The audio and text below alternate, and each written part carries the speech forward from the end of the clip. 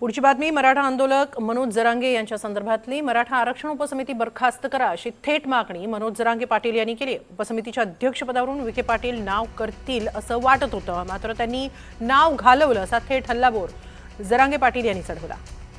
तसंच मराठा समाजाच्या हक्क आणि प्रश्नांसाठी स्वतंत्र मराठा आणि कुणबी मंत्रालय स्थापन करा अशी मागणी मुख्यमंत्र्यांच्याकडे करणार असल्याचं जरांगे पाटील म्हणाले। उपसमितीला वेगळे काम आहेत। मराठवाड्यातले समन्वयक आणि मराठवाड्यातले अभ्यासक त्या समितीच्या अध्यक्षांना विखे पाटलांना सांगतायत की एक उपसमितीची बैठक मराठवाड्याला लावा, वेळ नाही त्यांना।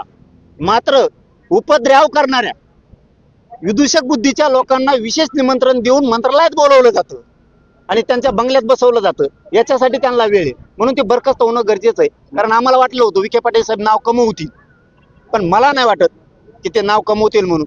कारण सगळे प्रश्न जशाल तसे पडलेत, ते फक्त नावाला त्या उपसमितीवर बसलेत।